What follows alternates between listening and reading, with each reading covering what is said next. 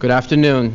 My name is Jeff Grunfeld, and as chairman of the speakers program, I'd like to welcome you to the second of our fall quarter events. Before we commence, I have a few short announcements. Herb Block, political cartoonist and humorist of the Washington Post, will be speaking at the Men's Lounge tomorrow at noon. Cesar Chavez will speak on Jan Steps this Wednesday, also noon, and Ramsey Clark will speak noon a week from today, Monday.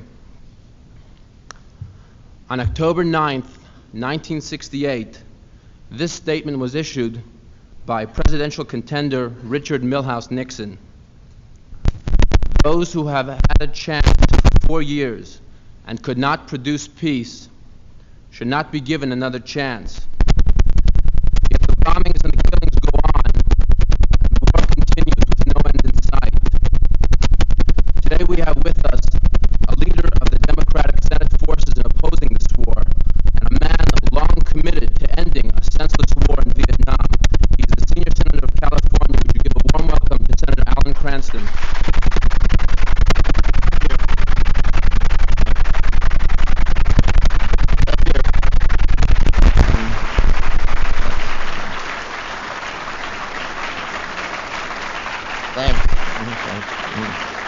Thank you.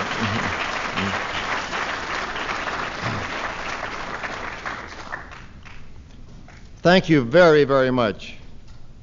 I'm delighted to have this opportunity to be with you. I appreciate your presence. I come to you straight from Washington, a city said to be run by the FBI, monitored by the CIA, owned by ITT.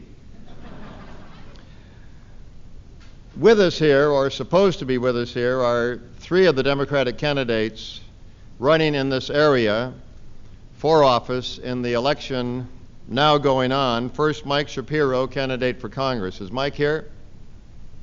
He wanted to be, but he may have been kept away. Kathy O'Neill intended to be here. I think she's going to get here midway in the meeting. Her representative, Kay Tucker, is over here. Okay? And finally, Roger Diamond, candidate for the Assembly.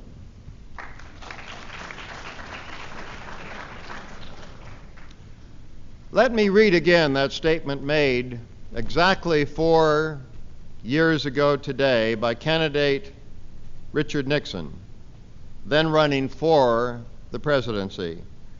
Those who have had a chance for 4 years and could not produce peace should not be given another chance. What we must do is hold Richard Nixon to that statement and now fling it back in his face.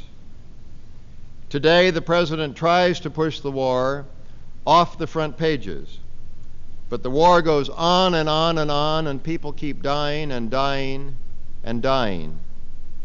Richard Nixon has tried to Vietnamize the war, to pacify it, democratize it, pull ground troops out of it, pour naval and air forces into it, and send Kissinger flying round and round the world. But no matter how hard the president tries to distract us, the war won't go away, and I fear it won't go away as long as he is in the White House. Apologists for the White House caution us not to say anything to disrupt the so-called negotiations that have lumbered along for years and years and years. Don't criticize the bloodshed, they say. Just re-elect Richard Nixon so we can have 4 more years. When we try to draw attention to the bloodshed, they say we are playing politics with the war. I say that the way to take politics out of the war is to get Richard Nixon out of the White House.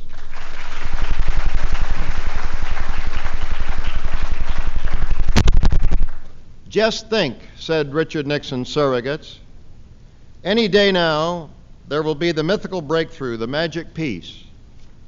When Harvard colleagues visited Henry Kissinger to protest the invasion of Cambodia way back in 1970, he told them to come back in a year, and he said, "You will find your concerns are unwarranted." Such confidence. It's already been more than 2 years since he said that. Conceivably, there will be a negotiated peace before Election Day. I think that would be rather like Richard Nixon to pull it off just before Election Day, if he can. But if he does, let us take a hard look at one fact and let us remember another. The thing we must take a hard look at, if peace is negotiated before November 7th, is this. The question we must ask is, are the peace terms significantly different from terms that President Nixon could have negotiated as soon as he took office 4 years ago? And I question whether they will be significantly different if terms are negotiated, although I repeat, I doubt that they will be. And the second fact to remember is that the price we have paid for almost 4 years more of war under Richard Nixon, in blood, in treasure, in diversion, and in division within our land. While many of Mr. Nixon's partisan supporters still think he is going to somehow end the war before Election Day, both the Central Intelligence Agency and the Defense Intelligence Agency concluded in reports submitted to the National Security Council less than 2 months ago that Hanoi can sustain the fighting in South Vietnam, at least at the present rate, for at least 2 more years, despite the heavy American bombing of North Vietnam. And high-level Air Force officials just last month concluded that despite both the bombing and the mining of North Vietnam ports, North Vietnam is still receiving 25% of the supplies that were flowing in before all this began, and that that's enough for them to keep on fighting. These Air Force officials, who spoke off the record and were never named, indicated that Nixon's Vietnamization plan means that the U.S. will have to continue its bombing campaign for another 2 or 3 years, maybe longer, before any significant results in terms of the scale of the war might be detected. And remember, these reports are coming from sources that time and time again, over many, many years, have been guilty of being overly optimistic about the situation in Vietnam. Meanwhile, high-ranking Americans are talking privately to the press, not of a breakthrough in the peace talks, but rather of the possibility of unending war. Up in Hanoi, a leading editor disclosed that his country is preparing for 4 more years of war if President Nixon is reelected. And President Thieu himself, that great military dictator on whose behalf President Nixon has been willing to sacrifice so many American and Vietnamese lives, even Thieu was honest enough to admit last August that unless he has his way, quote, the war will go on in Indochina forever, unquote. President Johnson tried for 4 long years to bring the North Vietnamese to their knees militarily, to force them to accept our terms. President Nixon has now tried that policy for more than 3.5 years. President Johnson couldn't do it with aerial bombing plus 500,000 combat troops. President Nixon is trying to do it with aerial bombing alone. President Johnson failed. Richard Nixon has failed. The policy of trying to bomb the North Vietnamese into submission is showing no signs of working and no sign that it will ever work. All of us, Democrats and Republicans alike, commend the President for ending, or almost ending, our ground combat role. But he has not ended our air and naval roles. He has increased them. George McGovern will end American involvement in this war within 90 days of his election. And I believe he can be elected, despite present indications that his campaign faces an uphill fight. I believe the tide is turning. Everyone knows that Richard Nixon's support is skin deep, that there is no real respect, no affection for the man in the White House. The most recent Gallup poll showed a slight narrowing of the gap. And more recently, there was shown in the Gallup poll a breakthrough where in the labor vote, the youth vote, the Catholic vote, the tide is now turning in George McGovern's direction. Remember that the polls do not take into account electoral votes. They take into account the whole nation, including states like Mississippi, Alabama, Kansas, where the McGovern cause is hopeless. But when you take into account electoral votes, California with the most, where McGovern, I think, will win, where he's clearly within striking distance of victory.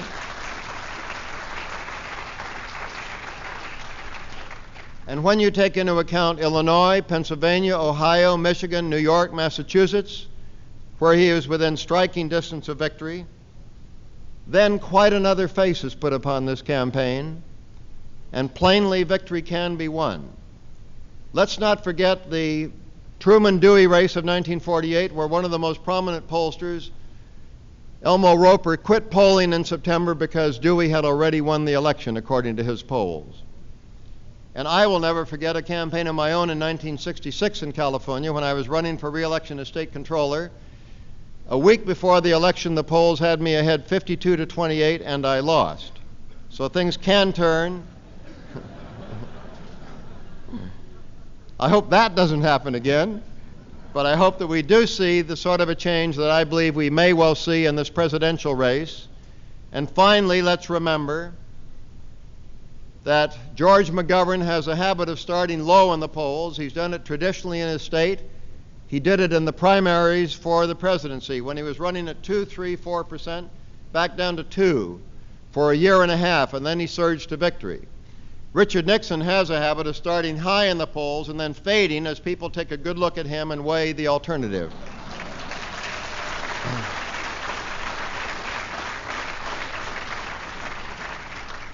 One of the reasons we will again beat Richard Nixon in California is that we know him best in California.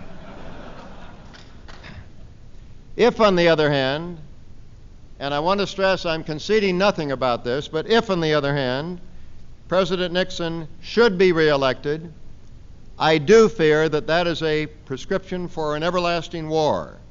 If he wins, with the option to carry on the bombing open to him and is elected despite that and despite the everlasting bombings, then we should expect, and I think would see, 4 more years of that bombing war, with all that that means to us, to the people of Southeast Asia, and also to our world. They call this a limited war. It wasn't so limited for the first Californian who died in Vietnam. He came from Sonoma, up in Northern California. He was 27 when he died there. Now he would be 40. Today, 1.5 million corpses later, in this limited war, we must ask what the death of men like that has taught the 2 men seeking the presidency. Back in 1963, one of them said, "It is in our national interest to withdraw our forces and our aid from South Vietnam." That was George McGovern.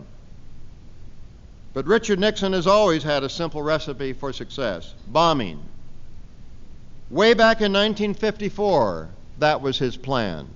And he was thinking then of atomic bombs in Southeast Asia. Much, much later, in September of 1966, Richard Nixon urged the bombing of Hanoi, and by the way, also the blockading of Haiphong. Victory, he said, would then be ours in 2 or 3 years. Richard Nixon was given the opportunity to try out his policies when victory came his way in the '68 election. Those policies have failed. They haven't produced victory. They haven't produced peace. While Richard Nixon has been trying them out, 20,000 more Americans have been put into coffins. 110,000 more have been wounded, many to come home without arms or legs or both. And that's the price we must remember for 4 more years of Nixon's war if he pulls peace out of the hat between now and November 7th. Finally, last April, Mr. Nixon dramatically announced that he was taking, quote, decisive military action to end the war, unquote, and he bombed Hanoi, blockaded Haiphong, and bombed and blockaded other places too. Come to think of it, that was how he spoke in 1970. He seems to like taking decisive military actions that step up the war in order to wind it down. In ordering troops into Cambodia, he said, "We take this action for the purpose of ending the war in Vietnam and winning the just peace we all desire," unquote. In his book, Nixon Agonistas, Gary Wills draws a parallel between Woodrow Wilson in Mexico and Richard Nixon in Vietnam. He wrote, "Wilson had arrived at that fatal recurring moment in our country's diplomatic benefactions, the moment when it makes sense to start shooting people philanthropically for their own good. Wilson was ready to do Mexicans this service, as we have now proceeded year after discouraging year with Vietnamese, preaching democracy with well-meant napalm, moving our guns forward in a seizure of demented charity," unquote. That phrase, a seizure of demented charity, stands out vividly in my mind as I read what they're saying around Quang Tri these days. Says one American officer, "We are really giving it to them with our B-52 strikes. Out in the hills around Quang Tri, wherever there are reports of 2 or 3 people gathered together, they are being hit with B-52s," unquote. Charity. Do we really know what that is nowadays, demented or otherwise? Take the Pentagon. Do you know what they call a flaming village with children screaming and tearing at their burning clothing? They call it collateral civilian damage. And the objects that we drop from airplanes are known as anti-personnel ordnance. They are really bombs deliberately designed to maim human flesh with hooks and with barbs. We drop chemicals that don't stop burning until they reach the bone. The civilians on the receiving end of those bombs and chemicals must think we have a rather strange definition of winding down the war. Since President Nixon took office, 4.5 million of them have been killed, wounded, or made homeless. And that figure doesn't include North Vietnamese civilian casualties. We can only guess what they must be. One thing we do know is that approximately 1/4 of the wounded civilians in South Vietnamese hospitals are children under the age of 12. George McGovern doesn't happen to think that they are collateral or incidental or peripheral or anything but central. He said recently, and I think this is perhaps the most eloquent quote of this campaign, George McGovern said, "I ask you to think about these little people in Southeast Asia, many of whom doubtless wonder what this tragedy is all about. They who are being killed day after day by the bombs that fall from those planes ordered out by our president. I ask you to remember that while they have a different skin color than we, and while they are smaller than most of us, I ask you to remember that each one of them is also a child of the same God that created us." But Richard Nixon isn't willing to recognize, and frankly, I simply think he cannot understand, that George McGovern represents our finest traditions of compassion and tolerance. The platform of Richard Nixon's party says instead that the Democrats have been seized by a radical clique which scorns our nation's past and would blight its future. George McGovern certainly does scorn our past in Vietnam. He would no longer drop the equivalent of 1 Hiroshima a week, like Richard Nixon. He would no longer unleash 10,000 bombs a month or 2 tons a minute, like Richard Nixon. He wouldn't go on adding a total of twice the bomb tonnage that was dropped in all theaters in World War II and Korea combined, like Richard Nixon. If Richard Nixon dares to venture out of the White House to meet the people between now and Election Day, which he really shows no signs of doing, He will, of course, boast about his record of withdrawing soldiers from Vietnam. Very good. But whereas in January 1969, there were 72,000 Navy and Air Force personnel off the coast of Vietnam and in Thailand involved in the war, today there are 84,000. If you count Guam, we have over 100,000 men now engaged in the war. And back in 1969, we had slightly more than 100 of the giant B-52 bombers in the area. Now we have 200. We had 2 aircraft carriers there then. Now we have 4. Let's face it, President Nixon isn't winding down the war. He's winding it up and sideways to the air, to the sea, to Thailand, to Guam. He's computerizing it too. After all, computers never defect. They don't get hooked on drugs. They never shoot their officers. And they have no conscience. But although our computers and sensors are becoming increasingly sophisticated in detecting human bodies and obliterating them with bombs, the human result is still very simple. As a woman from the Plain of Jars put it, our life became like one of animals who searched to escape the butchers. President Johnson made 95,000 of these civilians homeless every month. I wonder how many Americans know Richard Nixon's record. 130,000 rendered homeless per month. Between them, Johnson and Nixon, and we, the American people, have now scarred the surface of Vietnam with 23 million bomb craters 40 feet wide. We have let the Department of Defense hire Smokey the Bear's National Forest Service to ignite firestorms in Vietnam's timberlands. We have scraped clean, bulldozed into wasteland areas the equal of Rhode Island. We have sprayed, sterilized, chemicalized, and herbicidized places the equal in size of Massachusetts. Yes, North Vietnam has matched South Vietnam in bloodletting and in tyranny, if not in corruption. But must we match both in killing in behalf of tyranny? Must we outdo both in the cold and callous efficiency of our kill and our overkill? Is our responsibility any the less? Are our consciences any the eased? Because we kill remotely from the sky with the victims unknown and unseen, while Vietnamese slaughter Vietnamese face to face down on our earth. Must we, I ask, let 2 dictatorships set our standards, subvert our democracy, infect our institutions? What are we doing in this civil war anyway?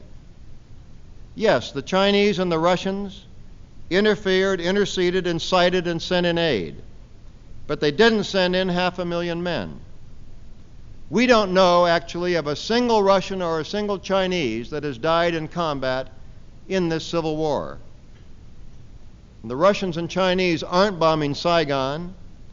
Their aid to North Vietnam would barely pay a year of the interest on the $150 billion we have invested and spent in this war. President Nixon has made a lot of noise about communist aggression in Indochina, but he doesn't mention the fact that fighting an absentee war has pushed our own list of POWs beyond 500 since he became president. He's beaten the drum for our prisoners, but by intensifying the war, he has perpetuated the very means by which they were imprisoned in the first place. One American has been shot down and either captured or listed as missing in action once every 3 days since Richard Nixon took office.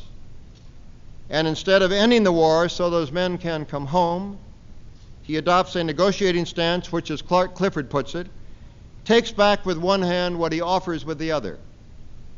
His so-called Vietnamization program is nothing but a commitment to an indefinite American presence. Small wonder that George McGovern says that Richard Nixon holds the key to the jail cells of Hanoi. I've researched this, and I've been unable to find any war in history where prisoners were released before the conflict ended. Our problem, the nation's problem, is that President Nixon still seems to think he must prove his own and America's manhood.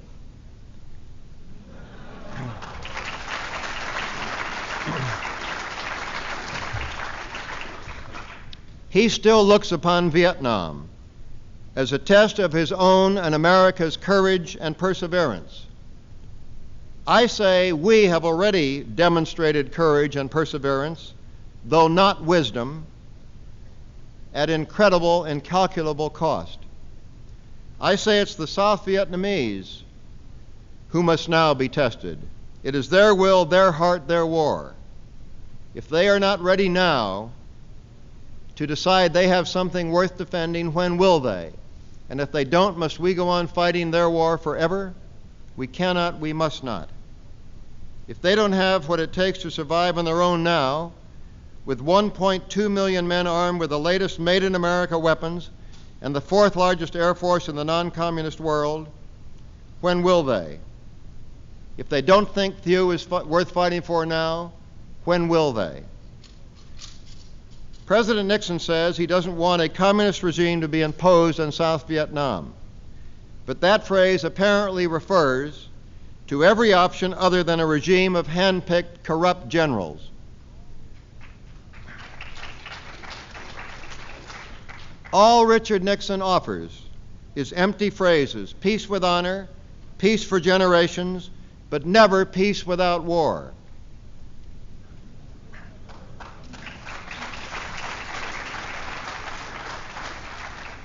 The reasons for our intervention, if ever there were any that were in any way valid, and I don't think there were, have long since grown hollow and fallen of their own rotten weight. George McGovern knows that we must get out of the Indochina War. Really get out, not just pack up with fanfare and quietly move in next door.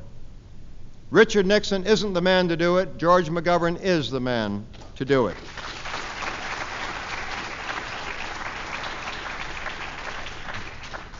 George McGovern doesn't believe Vietnam is a domino or a pawn or a symbol of freedom. He knows it is a hot, mine-ridden, tragic wasteland, pockmarked by destruction and bled by our mistakes. He doesn't believe that the militarists propping up the degenerate dictatorship in Saigon represent anything but their own greed. He doesn't believe that any subsequent bloodbath will begin to match the scope and barbarity of the bloodbath which the Nixon administration now is inflicting. What happens, Anthony Lewis asked the other day, what happens when ordinary people without evil or hate come finally to support a policy which annihilates another people at no cost to themselves? And while that's an eloquent statement that goes, I think, to the heart of the campaign situation that we face, and more deeply than that, the plight of our nation, I ask, at no cost to themselves, at no cost to ourselves, set aside, if you will, our own 56,000 dead, 300,000 wounded, the men still imprisoned, the billions of dollars wasted. We are paying dearly, and we will pay dearly, in yet another coin. I charge that our Vietnam policy is responsible for the present public indifference to corruption of authority and corruption of our democracy. I charge that Vietnam is responsible for something very strange and deeply disturbing in our land: a deadened quality, an end to caring.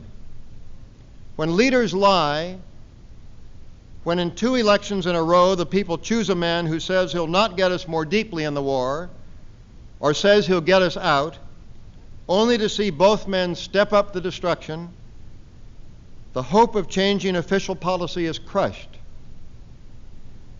Let me say to you that my hope of changing official policy, as one wanting change, crying out for change, but seeking to achieve it within the so-called establishment, is not crushed. I believe, based on my own experiences, that change can be achieved. I haven't managed, with others working for it, to change yet our policy in Vietnam.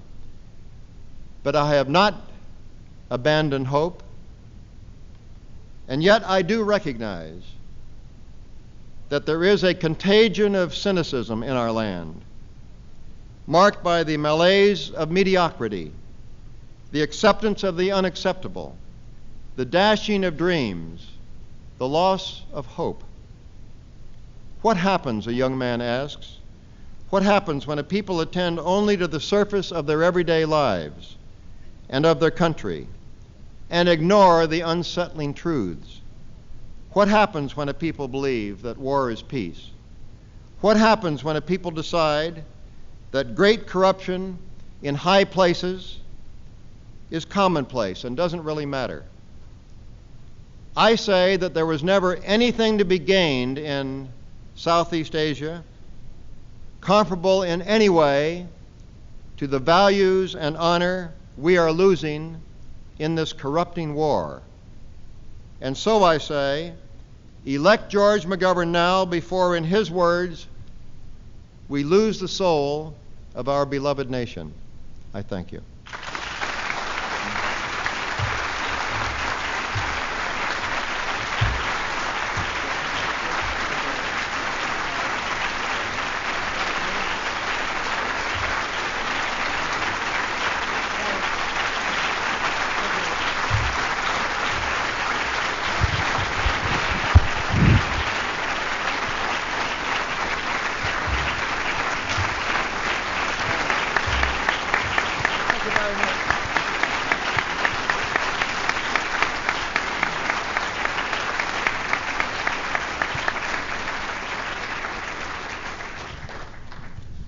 There are roving mics on either side for questions and answers, and I also understand that Mike Shapiro and Kathy O'Neill are present now. So I was wondering if they might come to the front so we could just take a glance at them. There's Kathy O'Neill and Mike Shapiro.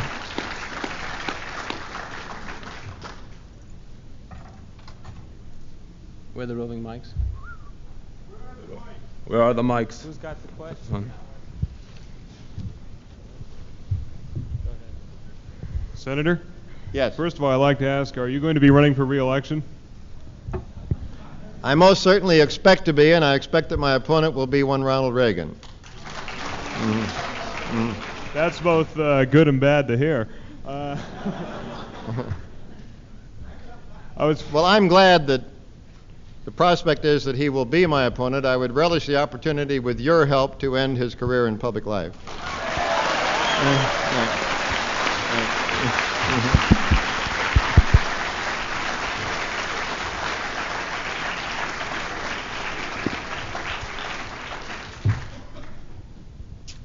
Senator, in the front page of the LA Times yesterday, it's talked about how Nixon wanted a certain unprecedented power over congressional funds of money. Could you go into that more deeply as a participant observer? Well, President Nixon is exercising a power that was not intended under the Constitution, but we have not yet found a constitutional way of dealing with it, where he simply is withholding funds that we appropriate and not spending money on programs that the representatives of the people through the Senate and the House have allocated and appropriated. He always spends every cent given for the arms race. He always spends every cent given for Vietnam. He always spends every cent given for programs that aid big business. But when it comes to programs to fight the environment, to develop the war on pollution, to aid the underprivileged in our land, to help on rapid transit, housing, health, and the rest, he holds back the money. And that's a basic problem that we face. We haven't yet found a way to change that. The simplest way to change it would be next November 7th in the election to get a different man, George McGovern, in the White House. Senator, given that Nixon went back on Johnson's promise to stop the bombing, and given that he chose as his advisor Kissinger, who's been advocating strategic use of nuclear weapons, and given that in a second term a president doesn't really face the public or the public pressure, do you think that if Nixon is reelected, that that madman actually could use nuclear weapons in Vietnam? Well, let me say that that has been a matter of grave concern to me. And at one point, a group of us who have been leading the effort to cut off the funds that financed the war in the Congress, and incidentally, we were successful on that. In July, we had 12 straight roll calls where the Senate voted by margins of 2, 3, and 4 votes to cut off the money. We are ready to do that, or have been ready. The House has not been ready. That's where the problem lies. At one point where we were considering that, we considered also seeking to force through an amendment depriving him of the authority to use atomic weapons in Vietnam. At that time, I did a lot of personal research and talking with people in the Pentagon and elsewhere, and people who had been there, as to whether they felt there was any grave risk that he would do that. And I came to the conclusion that there was not that risk, that that is the one step that he will not take. I fear what a Richard Nixon might do in a second term where he no longer is concerned about going to the people again for their votes.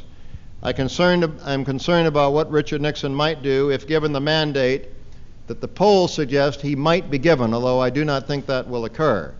But one thing I really am not gravely concerned about is the use of atomic weapons by him in South Vietnam. Yes. Well, I just... How about what? Well, I spoke about the polls earlier, and I think I shouldn't repeat that, but the polls indicate the way it is now. They do not indicate the way it will be necessarily on Election Day, and there are signs of a trend beginning to move in a different direction. There is time for it to change. There is time for it to change in enough of the states where the electoral votes are heavy and where McGovern is close enough to win for this election to be turned around. Our responsibility is to carry California. I believe we can. I believe we will. Just a slight supplement to what you said, Mr. Cranston, and that is any kind of support for noxious Nazi Nixon is very much the same as support for Hitler in Germany in the early 30s. He would do the same thing, actually. And the only way to oppose him is any means whatever. If you finally have to do the worst thing. I remember some few years ago, a rather famous professor at Columbia University, but C. Wright Mills, he wrote a fine book called The Power Elite. He was in the hospital at the time. He had had a serious heart attack. He said if he put an ad in the New York Times, he said if I were in condition to be able to, but healthy enough, I would be fighting right now side by side with Fidel Castro to free Cuba. And this is what we've got to do. Recognize the enemy is at home, right here, against ourselves and against the poor people in Southeast Asia who are being subject to genocide.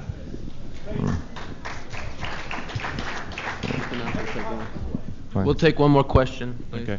Senator Cranston, I may be changing this a little bit, but if we do have a president as screwed up as Nixon is, and if he gets reelected, we have to have a Congress that can function without him. Now, the Democratic Party platform has said that seniority is weak in Congress with an effective and responsible institution. It has crippled effective congressional leadership. Would you vote in an open party caucus so that all committee chairmanship shall be decided every 2 years in an open vote, rather than in a vote such as the way Kennedy was defeated as party chairman? I have already voted to abolish the seniority system, and I will continue to vote that way.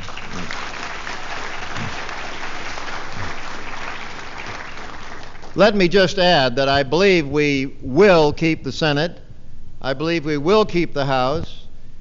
No matter how the election comes out, that's vitally necessary from the point of view, I think, of our country's well-being, to have a Congress that can help George McGovern implement his program, or a part that can slow down Richard Nixon when he should be slowed down. on his program, and one aspect of that is to elect Mike Shapiro, who's still standing over there, who can be elected to the seat in Congress right here in this district. So help bring that about. That will help tremendously. I want to thank each and all of you for being here, for your interest in staying till the end, for your wonderful response, and for what I trust you will be doing between now and election for our country. I thank you.